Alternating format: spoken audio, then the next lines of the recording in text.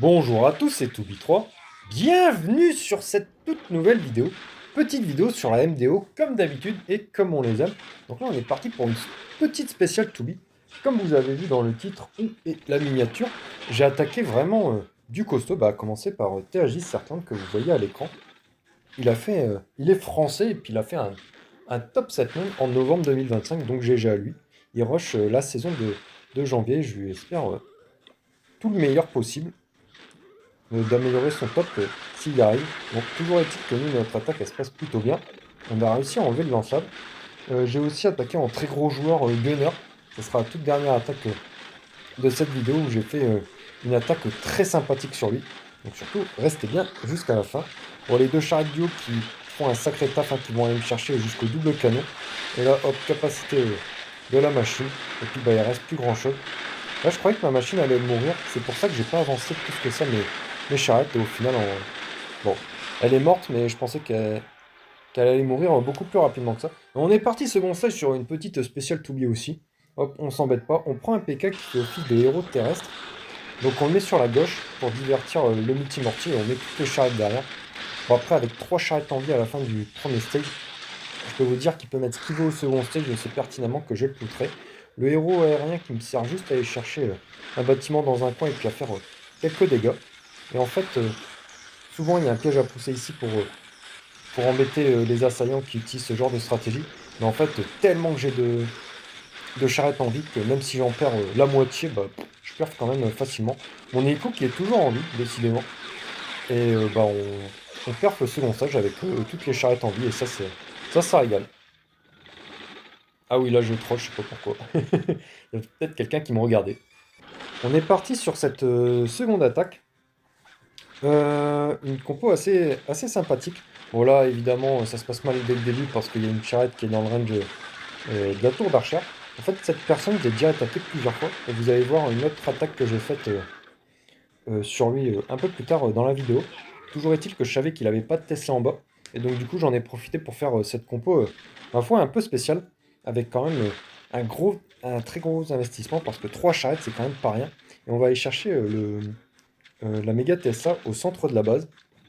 On va faire en sorte que le héros il aille sur le coin, puis sur l'horloge. Et puis ça va très très bien se passer. Donc là, il y a le double canon à droite, je vais le gérer avec 2 archers. Les charrettes qui partent sur la gauche, ça c'est pas mal. Hop. Hop, on va mettre en point, parce que c'est pas le genre d'attaque que j'ai l'habitude de faire. Et en fait, les archères 300 de QI, en fait, elles vont remonter au niveau du héros terrestre, de telle façon à pouvoir descendre slash abîmer le double canon.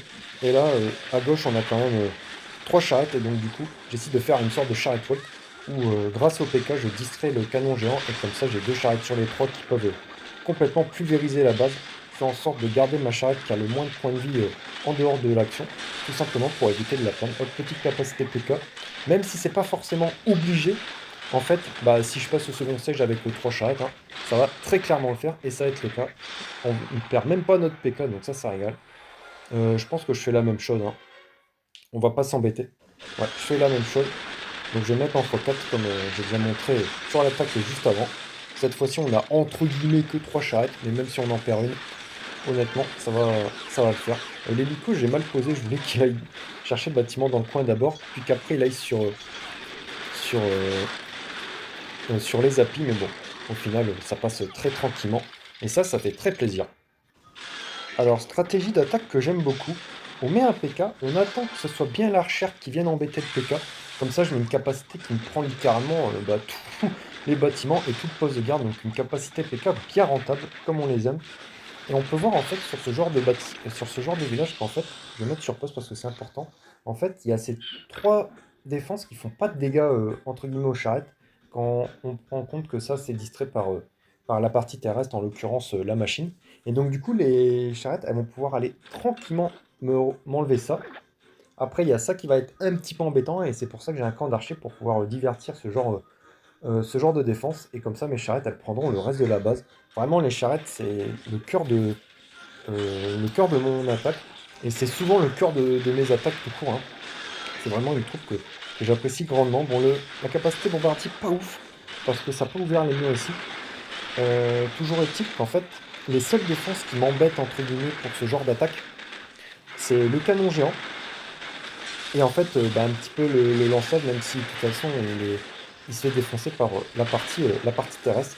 Là, très important, en fait, c'est que les charrettes, je les mets en mode mortier.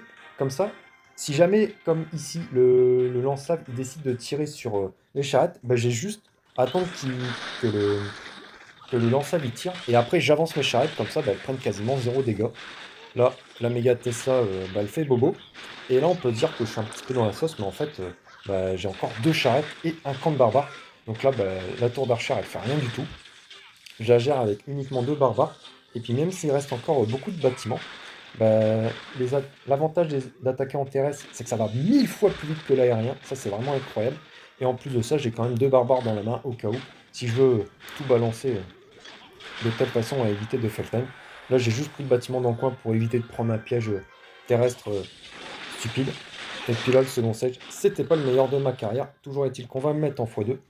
Avec mes charrettes, en fait, je voulais mettre mes charrettes dans le coin ici pour prendre directement les applis. Sauf qu'il y avait une Tesla, donc je pouvais pas le faire. J'ai dû changer mon fusil d'épaule.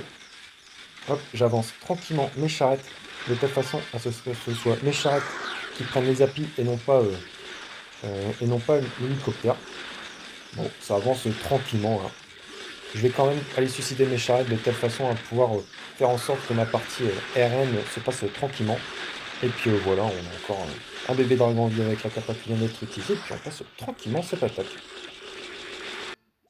On retombe sur notre ami Phoenix.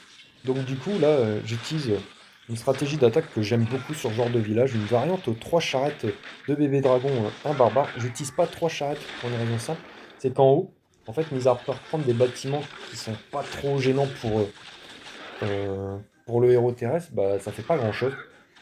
Et donc du coup, c'est pour ça que je décide de prendre un PK, parce que ça va être beaucoup plus utile d'utiliser un PK pour prendre tout ça, plutôt qu'une charrette.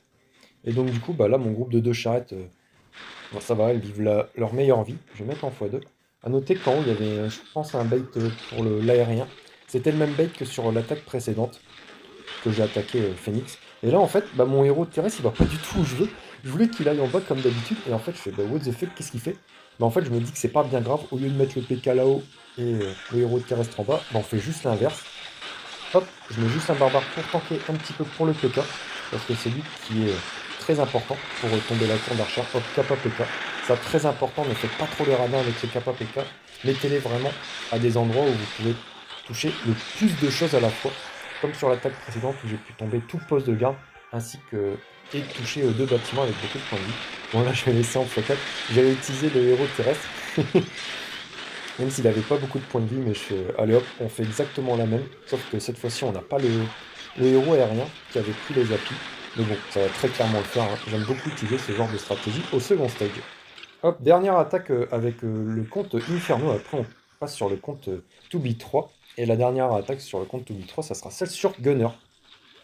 Donc du coup là, le héros terrestre, il va vivre sa meilleure vie. Donc il y a un mur ici, intéressant. Du coup, ça m'aide pour la stratégie. Je vais juste mettre un ballon ici. Et puis pour ouvrir. Et en fait, j'ai déjà attaqué cette base. Malheureusement, j'ai failli. Parce qu'en fait, j'ai pas mis un PK ici. Parce que j'ai oublié que le poste de garde, c'est vraiment une défense très embêtante. Donc là, ce que je vous dis, je mets le PK. Et en fait, ça prend énormément de plus-value. Surtout avec le poste de garde. Donc là, le géant à gauche, il a une plus-value exceptionnelle. Je l'accompagne d'un PK et d'un électro-sorcier, chose que je fais très rarement, mais que j'essaye de faire de plus en plus souvent parce que c'est vraiment une troupe que j'ai beaucoup sous-côté. Et là, ça se passe très bien, la méga Tesla est complètement dégagée. Et même si le mec, il a tous ses trappes en sol, regardez à quel point je roule sur sa balle. Et ce qui est juste dommage, c'est que l'attaque juste avant que j'avais faite sur lui, je l'ai failli. Et comme il reste des bâtiments dans les coins, je vais pouvoir charger ma capacité du héros au level maximum. Quasiment, ouais. Alors, le second stage, j'ai attaqué en aérien. Ouais. Ouais, petit PK à gauche, et j'en profite pour mettre l'électro. Comme ça va me prendre un pétard, et en fait, le PK, avec son explosion, il va pouvoir me prendre ce pétard aussi. Donc ça régale. Il me prend aussi le... Comment il s'appelle le multimortier, c'était pas forcément prévu, mais bon, c'était pas forcément nécessaire, au vu de ce que je vais lui mettre. Donc là, le broyeur, le bombardier qui me sert juste à prendre un bâtiment à droite. Je balance les deux bébés dragons à l'opposé. Et puis voilà, on a complètement ruiné la base. Alors voilà, THJ Sertland, j'ai pas mytho, il est top 7 monde. Alors, il est pas français, je sais qu'il est francophone, mais je sais plus sa nationalité, je crois qu'il est belge. Et là, le profil de Gunner qui a fait top 2 monde en septembre 2025 et qui a fait top 7 monde la saison dernière, donc c'est vraiment un sacré champion. Gunner, c'est assez simple pour vous présenter le personnage.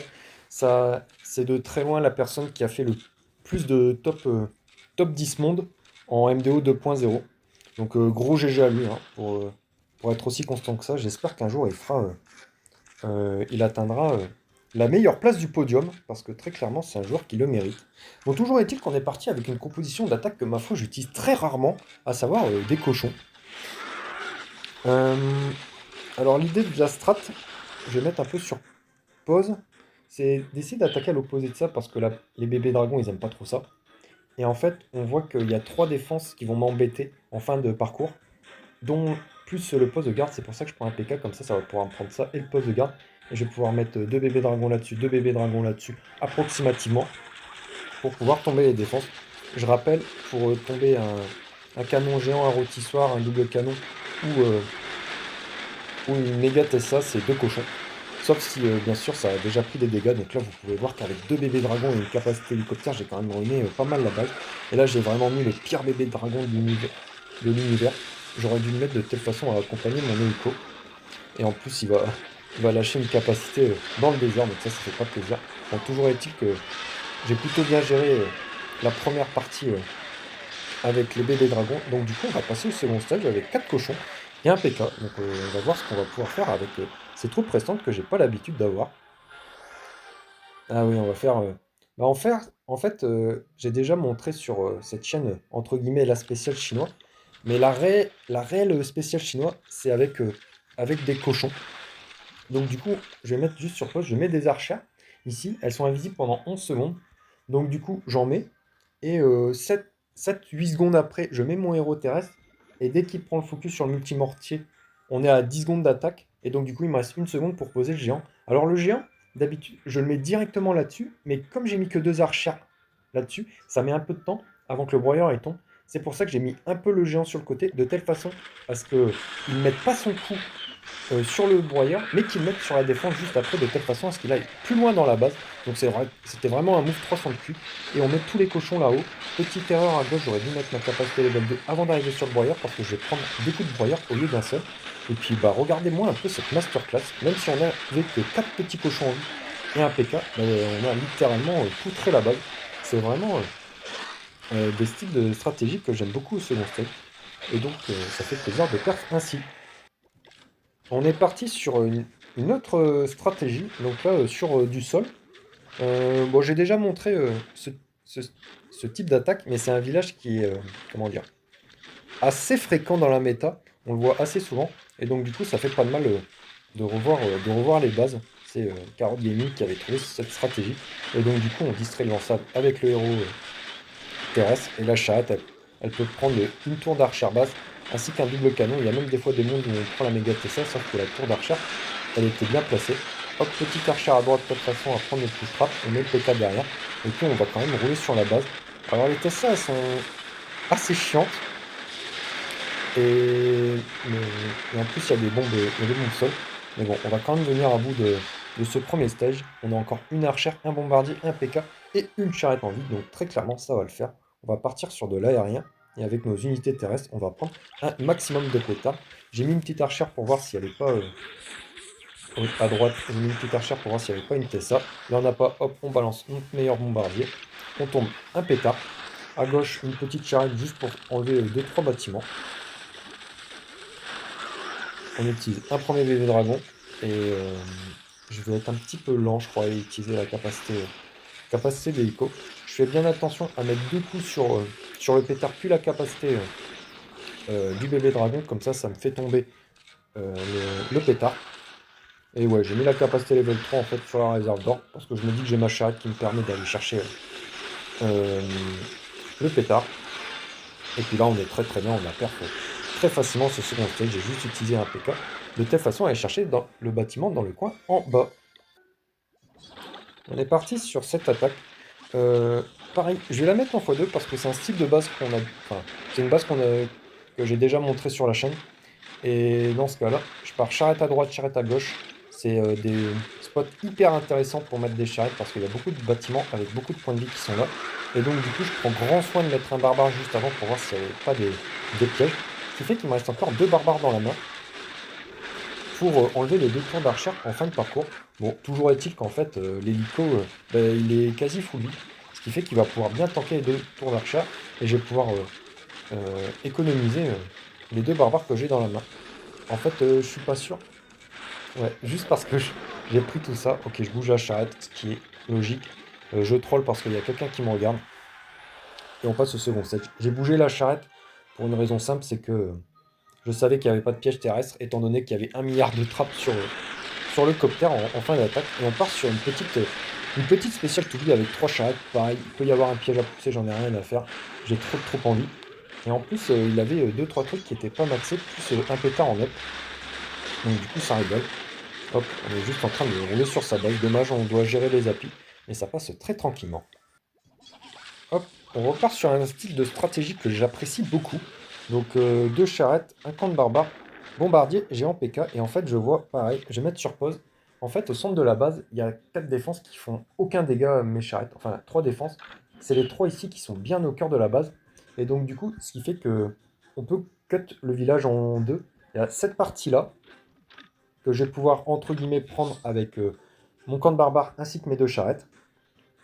Et la partie à gauche, avec surtout le canon géant, la méga Tessa et notre tour d'archer que je vais pouvoir prendre avec ma partie terrestre. Et le centre de la base, vraiment, ça je m'en fous. Ce qui fait que c'est pour ça que ce genre de stratégie est quand même très fort sur ce genre de village, même s'il faut être très bon avec les charrettes, très bon avec le terrestre et très bon avec l'aérien, tout simplement parce qu'au second stage, on utilise énormément l'hélico avec 2 bébés dragons. Bon, toujours est-il que ça se passe bien, les 2 charrettes, elles ont pu fortement endommager euh, la tour d'archer. Ce qui fait que je me paye le luxe de ne pas mettre de barbare pour en économiser un. J'ai mis un petit barbare ici, de telle façon à être sûr que la machine elle puisse redescendre sur la caserne. Bon là, les 2 charrettes en bas, elles font un sacré carnage. Elles m'ont pris une Tessa gratos, une tour d'archer, un double canon. Je mets mon bombardier ici. Petite erreur. En fait, j'aurais dû mettre mon PK bien avant parce que le problème, le poste de garde, il va attirer mon héros terrestre. Et ça, c'était clairement pas prévu. Je profite que le lance-lave soit distrait pour avancer mes charrettes. Donc il y a beaucoup de choses à faire en même temps. C'est vraiment une question d'habitude. Là, le héros terrestre, il est parti très loin. Alors que je voulais qu'il aille à droite pour enlever vraiment des défenses qui sont compromettantes pour le sol. Ce qui fait que la méga Tessa, elle est en vie un peu trop longtemps à mon goût. Et donc du coup, ma partie sol, elle fait un petit peu la tronche. Bon, toujours est-il qu'au final, le lance-lave, en fait, vraiment, il fait 0 dégâts sur la partie sol. Et il s'est juste tourné sur mes charrettes. Donc du coup, j'en ai profité pour avancer les charrettes. Et on passe quand même très large. On a quand même 2 charrettes en vie, un PK et le héros terrestre. Et comme je l'ai déjà dit sur une précédente vidéo, comme on est à un niveau de trophée où en fait l'aérien c'est extrêmement méta, bah, généralement la majorité des personnes attaquent en aérien, ce qui fait que la majorité des villages sont piégés intégralement sur des attaques aériennes. Et donc du coup ça fait nos affaires quand on attaque en charrette, charrette PK. Bon là il y a les applis qui sont sortis, hein, ça me régale pas. On va mettre l'attaque en x4 parce que j'ai affronté ce stage plus d'une fois. Et on l'a poutré plus d'une fois aussi. Et donc du coup c'est un niveau 6 étoiles et ça régale. Avant-dernière attaque de cette vidéo, je mets un petit PK en bas. L'objectif du PK c'est de me prendre bien évidemment ces 2 bâtiments, cette défense. Et en fait il va me servir, il va me permettre de créer un funnel de telle façon à ce que ma machine, je la mette dans le coin à gauche, qu'elle me prenne ça, et qu'elle tape du mur de telle façon à pouvoir charger sa capacité au level maximum. Ça, c'est vraiment un move de pro. Hop, capacité PK, comme ça, je prends la Tesla. Malheureusement, j'ai pris un push trap, ça, c'est un peu ballot. Du coup, je tombe pas la tour d'archer, ça m'embête un peu. Et là, toute l'idée de la strat, c'est que j'ai un électro-sorcier que je vais pouvoir placer juste ici. Comme ça va pouvoir aider grandement les héros terrestres à prendre ce compartiment. Et donc, du coup, il restera plus que ces défenses ici, que je vais pouvoir gérer avec ni plus ni moins que 4 camps. À savoir bombardier géant et 2 PK. Voilà, je mets mon géant ici. Comme sur une attaque précédente où j'avais attaqué avec un PK et 2 charrettes, le poste de garde c'est très important que l'archère elle soit au plus proche de là où vous allez mettre votre géant ou et votre PK et que le barbare il soit à l'opposé. Comme ça, le PK il est attiré par l'archère Et la capacité, et regardez-moi cette capacité masterclass. Dommage, j'ai pas touché ça. Mais c'est vraiment une capacité la plus rentable que je pouvais mettre sur cette base. Et j'attends bien que le poste de garde il dégage pour mettre le deuxième PK sur le labo. Comme ça, les PK ils sont bien split et ils ont la plus grande efficience possible. Alors que si je mets le deuxième PK trop tôt, eh ben, malencontreusement il va être attiré par le poste de garde, ce qui fait que les deux PK ils vont être rassemblés au même endroit. Et ça, c'est tout ce qu'on veut pas quand on attaque en PK terrestre. Bon, là, on a un milliard de troupes en vie. On va mettre en x4 parce que ça va juste être un massacre le second stage. Donc à noter que c'est la deuxième fois de la vidéo que j'utilise un électro-sorcier, et Dieu sait que ça fait depuis Mathusalem que c'est pas arrivé dans une vidéo YouTube. Et ça régale. Comme quoi j'essaye de diversifier au plus mes attaques. Et ça c'est super important. Bon bah voilà, avec 2-3 troupes utilisées, on a juste poutré la base. Il n'y avait pas besoin de mettre en dessous de x4. On tombe sur le big boss de cette vidéo, à savoir le Bro Gunner. Alors, petite stratégie très intéressante, avec une archère et un camp de barbares, en fait, je peux tomber la tour d'archère ici, comme ça j'ai accès au double canon, ça m'enlève un compartiment en entier. À noter que au début d'attaque, j'ai vu qu'il y avait une Tessa ici, et là j'ai été refait, dans le sens où en fait, une Tessa ici, c'est uniquement, ça a uniquement pour objectif de trap de l'aérien, donc je me doute qu'en fait, Gunner, bah, tous ses traps sont en aérien, et puis ça régale. Bon, la charrette qui fait un taf colossal. Je mets mon petit héros en bas pour qu'il puisse générer sa capacité. Et en fait, l'objectif, c'est d'aller ouvrir ces deux compartiments-là avec le bombardier et de pouvoir rouler sur les dernières défenses restantes compromettantes pour le géant PK. Je mets un PK à gauche et en fait, comme souvent dans cette attaque, bah, le poste de garde il est quand même pas mal souvent. Hop, je mets une capacité PK qui me prend vraiment un milliard de trucs. Et j'ai pris grand soin de garder un PK au cas où bah, cette situation arrivait. Comme ça, je peux aller tranquillement chercher le double canon.